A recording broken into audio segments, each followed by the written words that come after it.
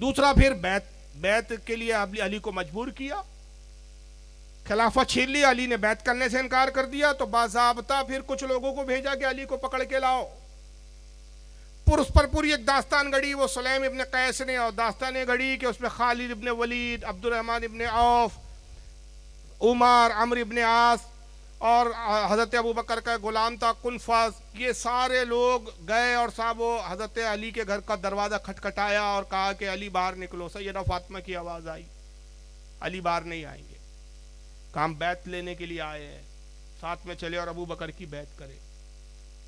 सैयदा फातिमा ने कहा कि नहीं, अबू बकर गाज़िब है, उसने खिलाफत गजब कर ली है, अबू बकर के हाथ पे अली बैत नहीं करेंगे। कहा दरवाज़ा खोलो वरना हम दरवाज़ा तोड़ देंगे। और फिर नौज़ बिल्लाह कहते हैं कि दरवाज़ा तोड़ा, सैयदा फातिमा पे कोड़े बरसाए, फिर साहब वो नौज़ बिल्लाह नेज़े चुबाए। दरवाज़ा जब उनके तोड़कर गिरा तो दरवाजे की आड़ में थी, उनकी हड्डी, पसली की हड्डी टूट गई। वो हामला थी, उनके पेट में मोहसिन नामी एक बच्चा था, शिकम में रसूलुल्लाह ने पेशगी नाम मोहसिन रख दिया था, वो बच्चा ज़ाय हो गया, हमल ज़ाय हो गया। और फिर अली की मौजूदगी में जुल्म होता रहा कि सैयदा को मारते रहे, पीटते रहे, हड्डियाँ तोड़ दी, पसलियाँ तोड़ दी, और नौज़ बिल्लाह शदीद जुल्म हुआ। और फिर इसी पर नहीं, पूरे घर में आग लगा दी साहब। ये बकवासात मैं अपनी ज़बानी क्यों कहूँ यार, इनके मुल्लाओं की ज़बानी आप सुन लीजिए और अंदाज़ा लगाइए कि किस तरह बकवासात की गई है। दुरूद शरीफ पढ़े आप, अल्लाहुम्मा सल्ली अला सय्यिदना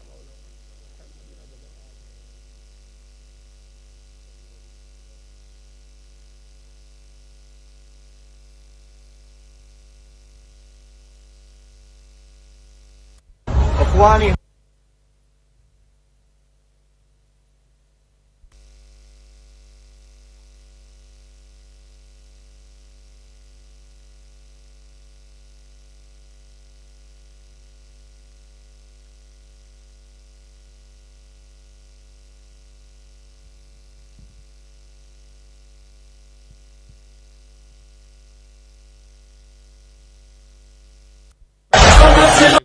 ये बाकायदा फिल्माते हैं इस चीज़ को, ये माज़अल्लाह ये उमर बनाया है किसी को, और वो जो छुपी हुई है काला बुरके में, अंधेरा कायम रहे, उसको फातिमा बता रहे हैं। ये नो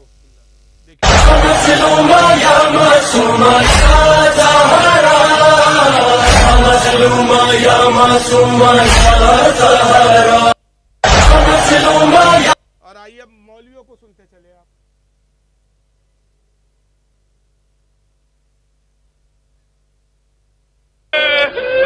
सामने है बाबुल वहाबाइद अबुल फजल अब्बास का आलम, ये है पाक शहजादी की जर्री। फजल भाई मुझे बीबी की जर्री की कसम, अब्बास के अलम की कसम, अल्लाह की वहदानियत की कसम, रसूल की रिसालत की कसम, अली की इमामत की कसम। झूठ बोलने का तरीका देखो, इसकी कसम, अब्बा की कसम, अम्मा की कसम, बच्चों की कसम, बेटों की कसम, ताकि सुनने वालों को लगे यार कितना सच्चाई बोल रहे हैं ये। मगर दो लफ्जों में मैं इनकी बकवास का रद्द कर दूंगा, आप सुनते चलें। अब इस जाहिल की बकवास पर सिर्फ दो बातें मैं अर्ज करूंगा। सबसे पहले कि तेरी जुमले तुझ पर कि खुदा की लानत हो झूठ गढ़ने वाले पर, बोलो यार आमीन। खुदा की लानत हो इस बकवास करने वाले पर। सैयदा फातिमा अपनी तबई मौत की बुनियाद पर उनका इंतकाल हुआ है, कोई शहीद वहीद नहीं किया गया, सब ड्रामा है। उसके सिर्फ दो जवाब है। सबसे पहली बात ये बताइए, आप और हम इतने बेगैरत नहीं है कि हमारी निगाहों के सामने हमारी बीवी को पीटा जाए और हम देखते रहें? भाई अपनी बीवी की हिफाजत के लिए कुछ तो करेंगे आदमी, जद्दोजहद। बात किसकी हो रही है? अली की बीवी की, नबी की शहजादी की। वो अली जो एक हाथ में खैबर का दरवाजा उखाड़ ले, वो अपने घर के दरवाजे की हिफाजत नहीं कर सका।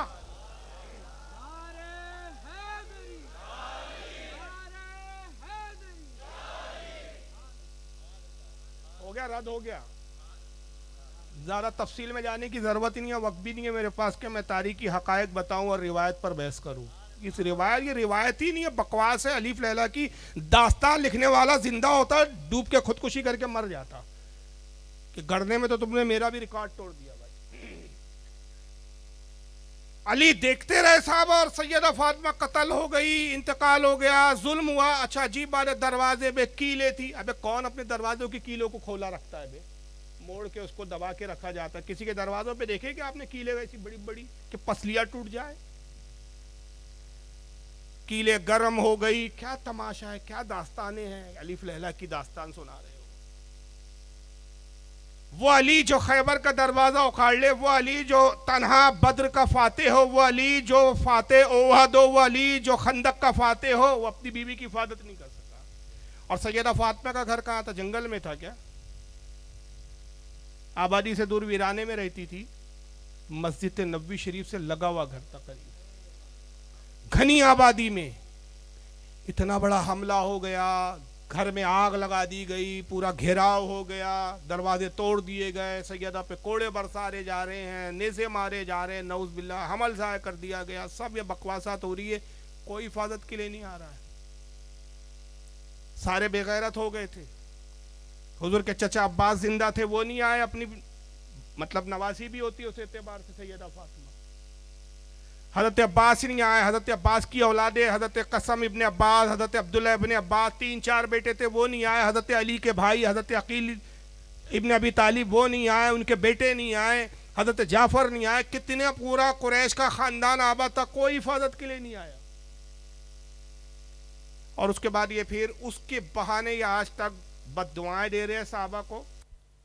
अबे तुम्हारी बद्दुआओं से क्या होता है जिससे तुम नफरत करते हो? अल्लाह का इनाम यह है कि पहले रसूल में लेटे हुए, तुम मर जाओ कुड़ के साथ तुम्हारे इसके। अब ये हराम खोर क्या कह रहा है, जरा सुनिए इसको। ये सब पाकिस्तान के, याद रखिए, ये फितनों का गढ़ है पाकिस्तान। मैं तो इसको कूफा कहता हूं। एक से एक हराम खोर वहां पे मिलेंगे आपको पाकिस्तान में। ये पाकिस्तान के मौलवी है सब जो दिखा रहा हूं मैं आपको। सारे फितने वहां पाकिस्तान में पैदा होते हैं और फिर वहीं से मुंतकिल होकर हमारे हिंदुस्तान में आते हैं। यानी सियासी एतबार से भी हमको परेशान करके रखा हुआ है, मजहबी एतबार से भी परेशान करके रखा है। परेशानी के अलावा कुछ ही नहीं है इनके पास। अब इसको सुनिए, मुर्तजा मुंतजिर नजफी, नजफ के पढ़े हुए, ईरान से पढ़कर आया ये खबीस, ये अब क्या रिवायत सुना रहा है, वही सुलैम बिन कैस के हवाले से, वही एक रावी है इनके। लीजिए आप दास्तान इन जाहिलों की। खिलाफत के गाजी फातिमा के कातिल को लाया जाएगा। इबलीस तो आग की एक जंजीर में होगा, ये दो जंजीरों में होंगे। कौन खिलाफत के गाजी व फातिमा के कातिल? इनके बकौल नऊज़ुबिल्लाह सैयदना अबू बकर सिद्दीक, हज़रत उमर। ये जाहलाना रिवायतें, ये बकवासात, ये इबलीस का गड़ा हुआ झूठ तुमको मुबारक हो। हमारी असल किताबें सही रिवायतें तो कहती है, तिरमिज़ी शरीफ की सहीहुल इस्नाद हदीस कि आका एक मरतबा इस तरह मस्जिद में तशरीफ लाए कि एक हाथ में अबू बकर का हाथ पकड़े हुए, दूसरे हाथ में हज़रत उमर का हाथ पकड़े हुए, और सहाबा से कहा कि असहाब देखा तुमने मैं और अबू बकर कैसे आए? अर्ज के या रसूलल्लाह आप दोनों के हाथों को थामे हुए। फरमाया कब्र में भी हम इसी तरह साथ में होंगे और हश्र में भी इसी तरह साथ उठाए जाएंगे।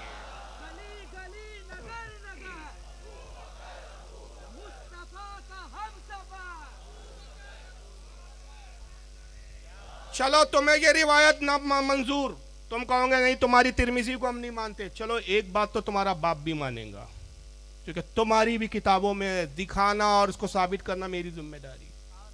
मुझे बस एक मिसाल दो, फिर मैं जवाब दूं आपको। मैं अगर किसी की बीवी को कत्ल कर दूं,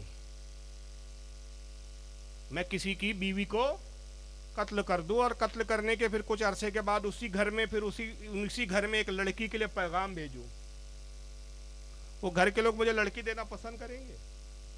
बोलो यार, सदियों तक दुश्मनी चलेंगी कि साहब तू इतना बेगैरत आदमी थे कि तूने एक औरत को मारा है, मर्द से तो मुकाबला नहीं कर सका, तो एक औरत पे तूने हाथ उठाए हैं।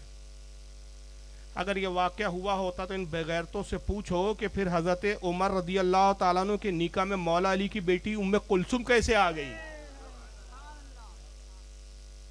और बाज़ाब्ता तुम्हारे यहाँ भी रिवायत है, हमारे यहाँ भी है कि मौला अली ने अपने दौर खिलाफत में, ये वाक़या अबू बकर सिद्दीक के दौर में हुआ बकौल इनके, हालांकि वाक़या हुआ ही नहीं, झूठा किस्सा है, ये इबलीस ने गढ़ा।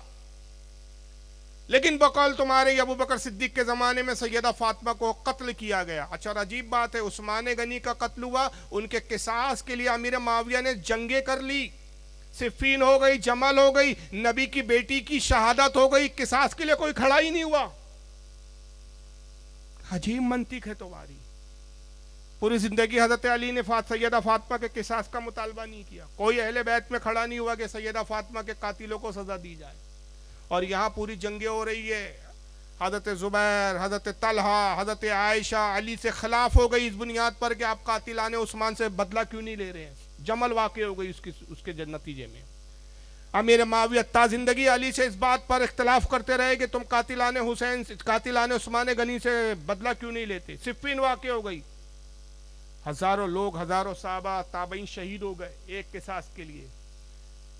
ईमानदारी से बताओ यार, नबी की बेटी का कत्ल कोई मामूली कत्ल था? कोई किसास के लिए नहीं खड़े होगा। बल्कि उल्टा ये होता है कि अबू बकर, हजरत उमर जब खिलाफत का दौर आता है तो एक मरतबा पैगाम भेजते हजरत उमर को, ये हजरत अली को माफ़ करे। हजरत उमर असल में थोड़े अल्फाज इसलिए लड़खड़ा रहे कि घड़ी पे मैं जैसे से नज़र पड़ रही है तो मेरी कैफियत बदल रही है, क्योंकि वक्त की बड़ी किल्लत हो गई। हजरत उमर ने पैगाम भेजा हजरत अली को कि मैं आपकी बेटी उम्मे कुलसुम जो सैयदा फातिमा से तौलूद हुई थी, हजरत ज़ैनब जो करबला में थी उनसे उम्र में बड़ी थी, उनकी बड़ी बहन, मैं उससे निकाह करना चाहता हूँ। मौला अली ने जवाब में कहा कि अमीरुल मोमिन, वो तो कमसीन है, उम्र में बहुत छोटी है, आप उम्र में बहुत ज़्यादा है। आपने फरमाया कि अली, क्या तुम ये समझते हो कि मैं अपनी नफसानी ख्वाहिशात की बुनियाद पे निकाह की ख्वाहिश रखता हूँ? खुदा की कसम मुझे नफसानी ख्वाहिश नहीं है, बल्कि इस हदीस के तहत मैं रिश्ता अहले बैत से जोड़ना चाहता हूँ कि मेरे आका ने कहा कि क़यामत के दिन सारे दुनिया के रिश्ते ख़त्म हो जाएंगे, सिवाय मेरे अहले बैत से जो रिश्ता होगा वो बाकी रहने वाला है। तो मैं चाहता हूँ कि क़यामत में अहले बैत के दामाद में उठाया जाए। मौला अली ने जब सुना, कहा कि आपकी नीयत खैर की है, लिहाजा मुझे इनकार की गुंजाइश नहीं। उम्मे कुलसुम से हजरत अबू बकर, हजरत उमर का निकाह हुआ और उनसे बाज़ाब्ता औलाद, 2 औलादें भी पैदा हुई। ये तुम्हारी भी किताबों में है साहब। चलिए और आगे बढ़िए। कत्ल करवाने वाले कौन था हजरत फातिमा को? इनके बकौल अबू बकर ने भेजा था, जाओ बैत लो, बैत ना करे तो कत्ल कर दो। इनसे पूछो कि जिस इमाम जाफर का तुम नाम लेते हो और सारी रिवायतें तुम इमाम जाफर के खाते में डालते हो, फ़िक़्ह जाफरी के नाम से तुम अपने आप को जो है उससे मंसूब करते हो कि हम फ़िक़्ह जाफरी के मानने वाले हैं, हम मसलक जाफरी के पैरोकार हैं, जरा ये बताइए कि इमाम जाफर की माँ का नाम क्या है? पूछो इनसे, जरा किसी राफ़दी शिया से पूछो कि अगर इनमें नफरतें थी, दुश्मनी थी साहबा और इनमें जमती नहीं थी अहले बैत की, तो ये फिर ये सब कहाँ से पैदा हुए, कहाँ से रिश्तेदारियाँ हुई? इमाम जाफर सादिक की वालिदा कौन है साहब? बाप तो मालूम है आपको, इमाम जाफर के वालिद कौन है? हाँ, इमाम बाकिर। लेकिन वालिदा कौन है भाई, माँ कौन है? उसका नाम है उम्मे फरवा। क्या नाम है? उम्मे फरवा, इमाम जाफर की वालिदा, इमाम बाकर की बीवी।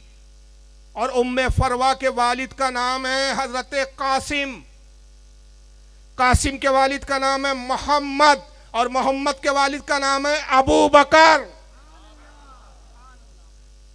ये तो एक नसब हुआ साहब। दूसरा और नसब है, उम्मे फरवा जो इमाम जाफर की वालिदा है, उम्मे फरवा की माँ का नाम है अस्मा। माँ का नाम क्या? अब ये माँ से भी नसब देखिए कहाँ जा रहा है, बाप से नसब कहाँ गया? सैयद अबू बकर सिद्दीक पर। अब माँ की तरफ से नसब देखिए, उम्मे फरवा की माँ का नाम है हजरत अस्मा, हजरत अस्मा के वालिद का नाम है अब्दुर्रहमान, और अब्दुर्रहमान के वालिद का नाम है सैयदना अबू बकर सिद्दीक। इसलिए इमाम जाफर फरमाते हैं कि अबू बकर मेरे वो नाना है कि इन्होंने 2 मरतबा मुझे पैदा किया है, कि मेरी माँ का नसब बाप की तरफ से भी अबू बकर से मिलता है, माँ की तरफ से भी मिलता है। और एक मकाम पे फरमाया कि लोगों, अबू बकर सिद्दीक की मोहब्बत को लाजिम जानो, मैं भी अबू बकर सिद्दीक से मोहब्बत करता हूँ, बल्कि मैं क़यामत में ये उम्मीद और ख्वाहिश रखता हूँ कि अबू बकर सिद्दीक की शफाअत मुझे मिले। हालांकि इमाम जाफर को शफाअत की कोई ज़रूरत नहीं है, वो तो दूसरों को बख्शवाने वाले हैं, लेकिन अपने नाना हज़रत अबू बकर से कितनी मोहब्बत है। तो रिश्तेदारियां भी हो, एक नहीं कई रिश्तेदारियां हुई है। अबू बकर सिद्दीक के एक नवासे पोते हैं जिनका नाम है हजरत मुसाइब इब्न जुबैर। जुबैर कौन है? जमल में हालांकि हजरत अली से लड़े, इनकी जंगें भी उसूल की बुनियाद पर थी, मगर रिश्तेदारियां भी करते थे ये। क्यों? क्योंकि एक दूसरे को ये मोमिन जानते थे। हजरत जुबैर हुजूर सल्लल्लाहु अलैहि वसल्लम के सगी फूफी हजरत सफिया के बेटे हैं, और हजरत जुबैर की जो वालिदा कौन है? हजरत सफिया, जो हुजूर की फूफी है। वालिद है हज़रत ज़ुबैर के अव्वाम, उनका नाम है हज़रत अव्वाम, हुजूर के फुफीज़ाद भाई हज़रत ज़ुबैर। और इनका फिर निकाह हुआ हज़रत ज़ुबैर का हज़रत अबू बकर सिद्दीक़ की बेटी हज़रत अस्मा, जो हज़रत सैयदा आयशा से बड़ी थी, यानी हज़रत अबू बकर के दामाद हुजूर सल्लल्लाहु अलैहि वसल्लम के फुफीज़ाद भाई। और हज़रत ज़ुबैर और अस्मा से जो बच्चे पैदा हुए उनमें एक हज़रत ज़ुबैर इब्न, क्या नाम है, अब्दुल्ला इब्न ज़ुबैर, और एक है मुसैब इब्न ज़ुबैर। हज़रत मुसैब का निकाह बाद में किसके साथ होता है, यानी अबू बकर सिद्दीक़ के कौन हो गई है, बोलो, पोते, नवासे हुए शायद। हाँ, रिश्तेदारी में थोड़ा मैं कंफ्यूज हो जाता हूँ। नवासे, हाँ नवासे हुए ना, हज़रत अस्मा बेटी थी। हज़रत अबू बकर सिद्दीक़ के सगे नवासे हज़रत मुसैब इब्न ज़ुबैर, उनका निकाह होता है हज़रत सकीना सैयदा इमाम हुसैन की साहबजादी से। जिस खानदान ने इतना जुल्म किया, ये आपस में रिश्तेदारियां कर रहे हैं, सब नस्लें चल रही है, एक दूसरे का एहतराम हो रहा है। तो अल्लाह ताला ने इन पर ऐसी लानत मुसल्लत कर दी है कि आप और हम तो इनको पीटते तो केस बनता, अल्लाह ताला ने लानत ये कि खुद ही पीट रहे हैं। तो मैं कहता हूं कि अगर किसी राफदी को मातम करते हुए देखो तो बिल्कुल हैरान ना होना, समझ लेना कि ये अल्लाह की तरफ से अजाब है कि जिस दिल में मोहब्बत अबू बकर उमर ना हो, वो सीने, वो दिल इसी लायक है कि कूटे जाएं और पीटे जाएं। ये खुद इनके हाथों अल्लाह ने इन पर अजाब मुसल्लत किया। काले कपड़े पहनो और कूटते रहो अपने आप को, पीटते रहो अपने आप। तो बहरहाल ये साहबा की तौहीन का मैंने एक पहलू आपको दिखाया। इस पर अगर मैं गुफ्तगू करूँ तो बड़ी तवील गुफ्तगू हो जाएंगी।